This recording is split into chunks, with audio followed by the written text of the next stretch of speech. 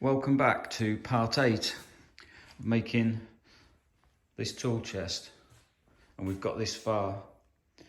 So at the end of part 7 we'd got the casters fitted and we'd launched the tool chest across the workshop. So we can do things in various orders now. We could fit the lower skirt around the bottom, we can fit the upper dust seal, we've got the plugs to fit into where we'd counterboard.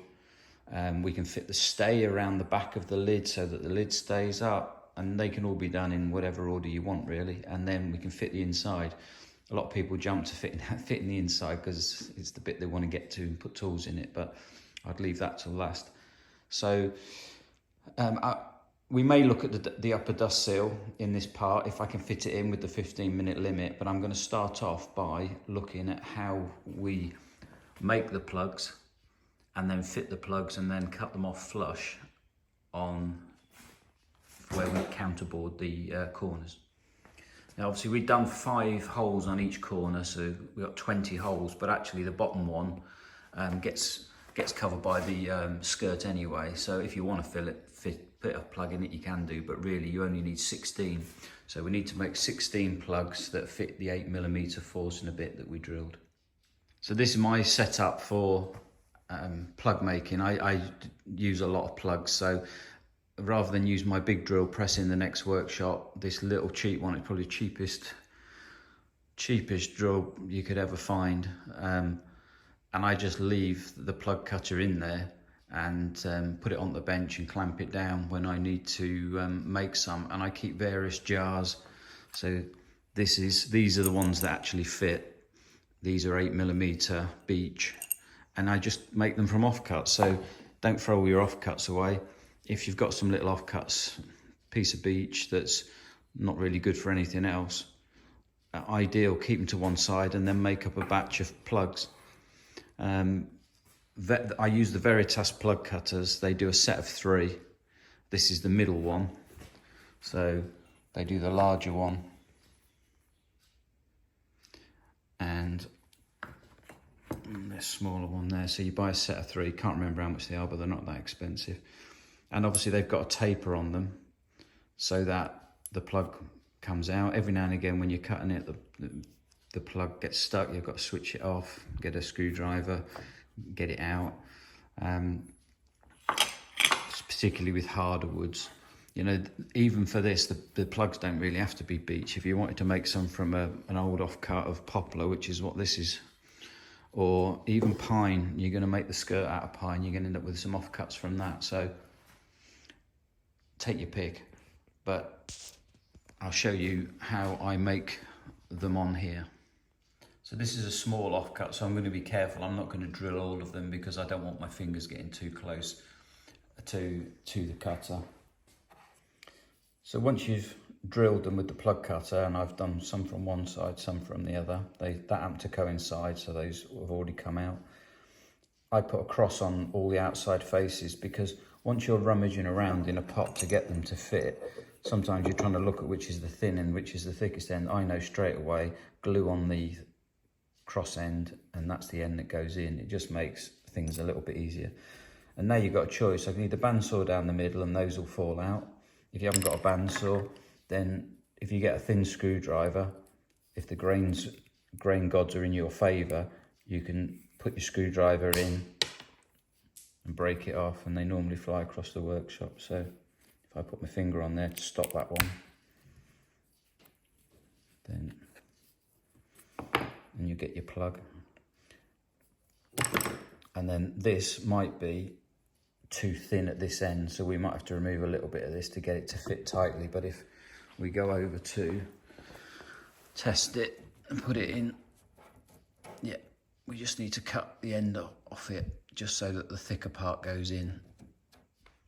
We can just take off the bottom sort of third of the plug, which is the thinnest part. Again, the big part will probably go flying, but here we go. Just tap, and that's landed there.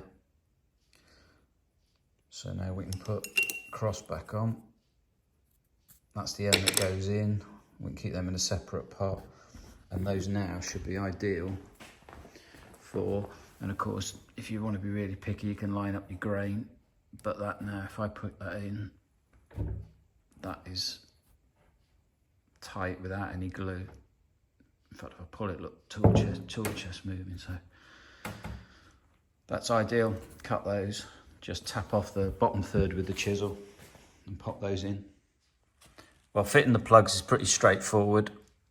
We've already put a cross on the thin end so that once we've got glue all over our fingers, we know exactly which end's going in. The other thing I do is just put a cross, that's the line, sorry, that's the grain direction, because on some woods, well, beeches, you know, you've got your little flecks, but you could be making this and it's going to be oiled, or it could be a different piece of furniture. So it's a good habit to get into. Just makes the whole process easier. So I know that when I put it in, I can line it up with the cross, with the grain, and then tap it home with the hammer. So the easiest thing to do is just with a coffee stirrer, just pop some glue in each hole. Again, we don't have to worry about the bottom one because the plinth or the lower skirt is going to cover that. And then we know with this one, the cross is going in, the line's going straight across. So we can pop it up there and then tap that one home till we get that dead sound. Get the next one, line it up with the grain, tap it home, next one.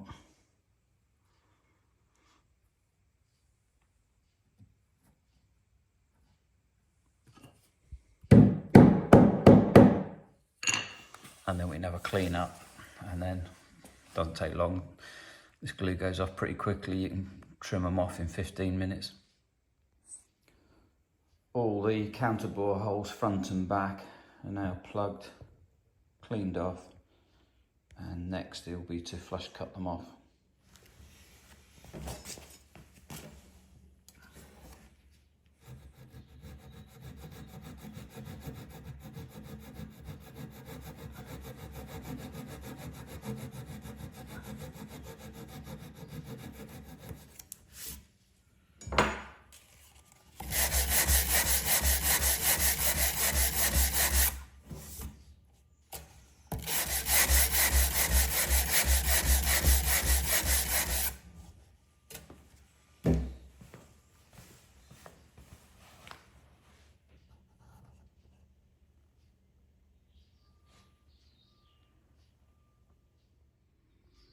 So while I've got the plug cutter set up, I might as well use an offcut of pine, and they're the pieces of timber to use for the lower skirt around the bottom of the tool chest, and they're going to be counterbored on as well. So while I've got the setup, I'll cut some and fill up my jar, because I've got plenty of 10mm, but I haven't got any 8mm.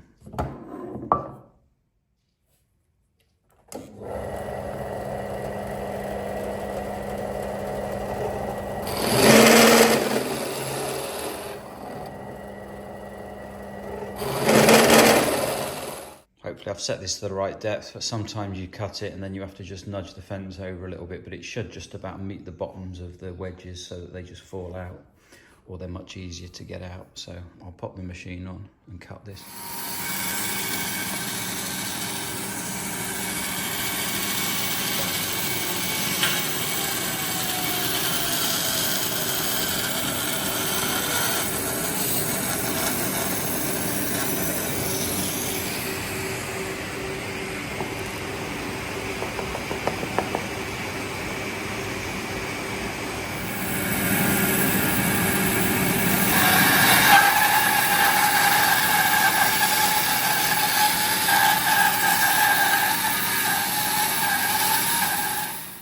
That'll be enough.